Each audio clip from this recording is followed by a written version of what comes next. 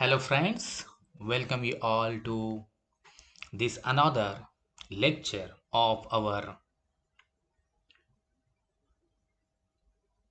certificate course. And in this lecture I am going to continue the chapter 1, the chapter which title as verbs.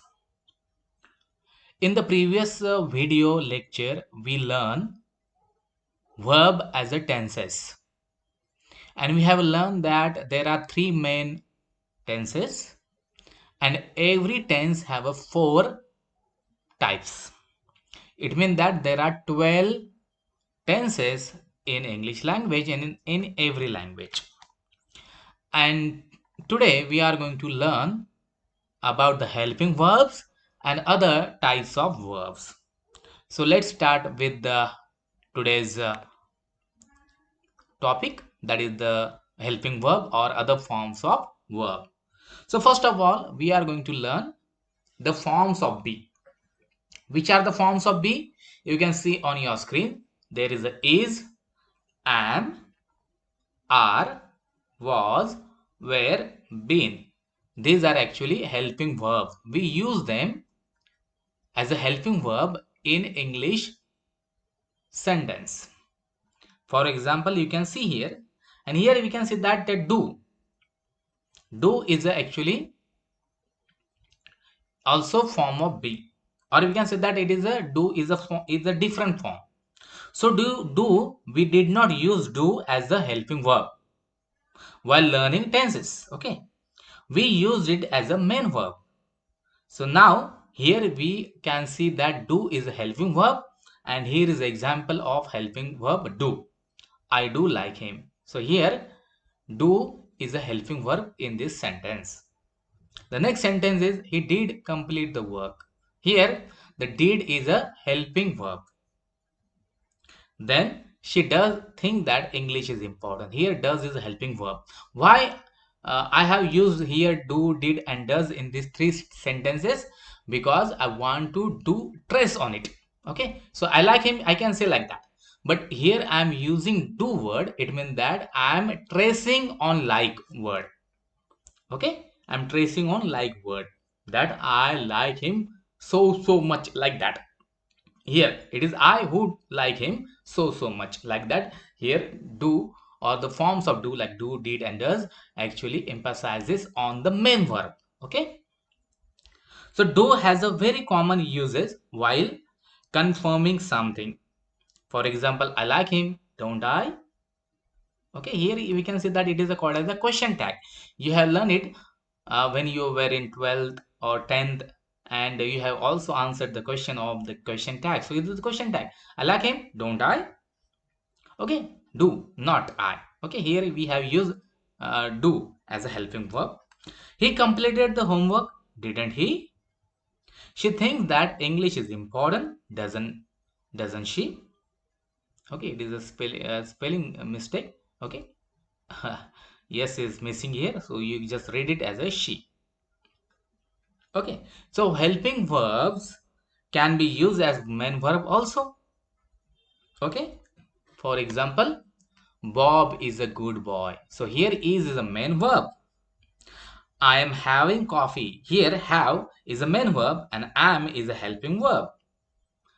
Next example, I am done with the work. Here done is a main verb and am is a helping verb. Okay. So models are nothing but a type of helping verb. They are also used with the main verb to express ability, permission, obligation, possibility, advice, and prohibition.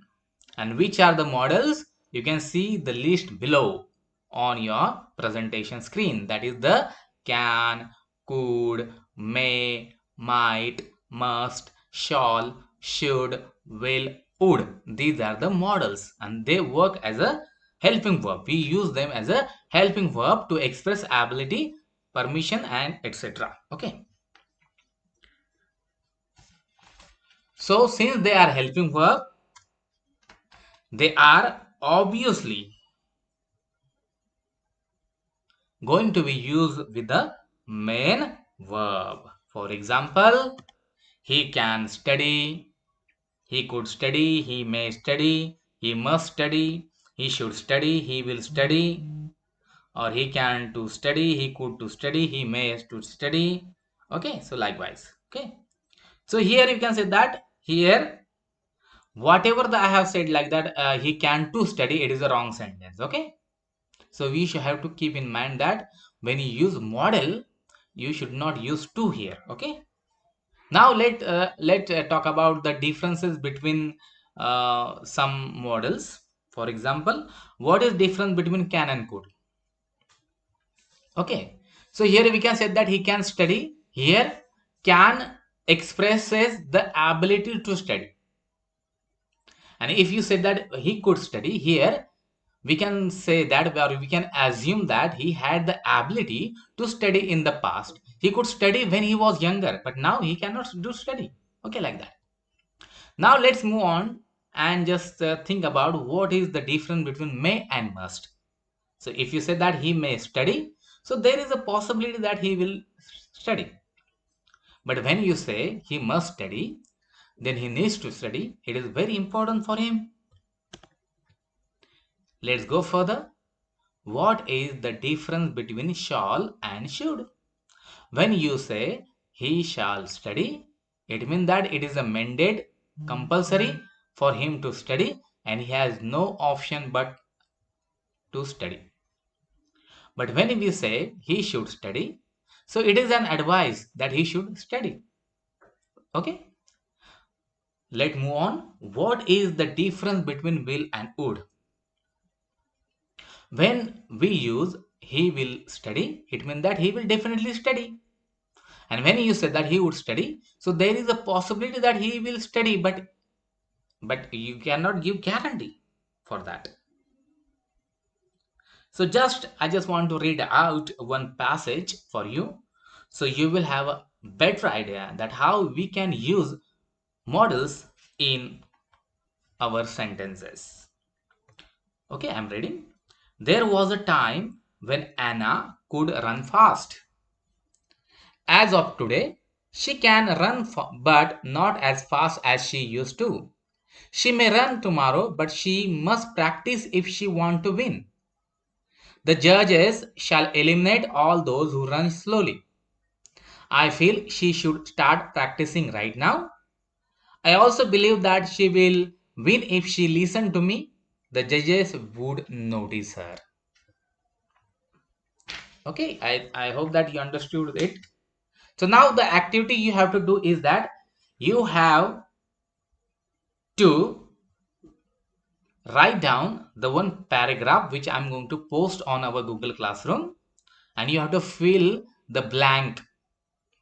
Okay, you have to fill the blanks with the proper models. Let's move ahead and let's see about the phrasal verb. So a phrasal verb means a verb plus a preposition. It is called as a phrasal verb. Okay, a phrasal verb means what? A verb plus preposition. Okay, for example, get is a verb and up, add is a preposition. Okay, so get is the verb and up is the preposition. So we haven't covered preposition yet, but one key point to remember is that phrasal verb work just like normal verbs when used in sentences. So if we use them in the present tense, we will use get up, and if we use them in the past tense, we will use got up. For example, they get up at 6 a.m. in present tense, but when you have to say it in past tense, you can say that they got up at 6 a.m. This car always breaks down in present tense, and if you want to say into past tense, it becomes his car always broke down. So some more examples are wake up, get out, take off, and cheer up. Okay, so you have to make sentences using woke up, cheer up, take off, and get out. So I hope that you are going to do your study as advised by me time to time in your notebook. So passive voice. Let's talk about the passive voice. Since we are learning verbs, it is a very good idea to know about passive voice too. Normally, a subject does an action to an object. For example, Mary borrowed the book. But if we say this in passive voice, it becomes the book was borrowed by Mary. In passive voice, we trace on the action, the verb, and the object of a sentence rather than subject. For example, Rita cleaned her house in active voice and it becomes in passive voice like that. Her house was cleaned by Rita. So you have to remember that you should not speak passive voice. Absolutely necessary. It is used for a specific times. So we have to use active voice when you speak. But for a specific occasion, you have to use this passive voice. Okay. So why you should learn the passive voice? So that we consciously avoid using it. First, you have to consciously avoid it to passive voice so that we understand its correct uses, but we should not use it in our day-to-day conversation. So the passive is often used to report something or when we don't know who is subject is. Then and then only you can use the passive voice. Okay. If you want to do report, or if you don't know the subject of the person, then you can use the passive voice. For example, the market will be closed tomorrow. Both the times were slipped by their company. Okay, like that. So guys, please make a habit to read loudly and to practice. Okay, try to write down in English, try to think in English, speak in English. So that practice you should do. If you do practice, then and then only you can able to speak in English. Otherwise it is very very impossible that you cannot speak in English if you don't do study and if you don't practice of speaking. So guys, thank you very much and we will meet you in next video.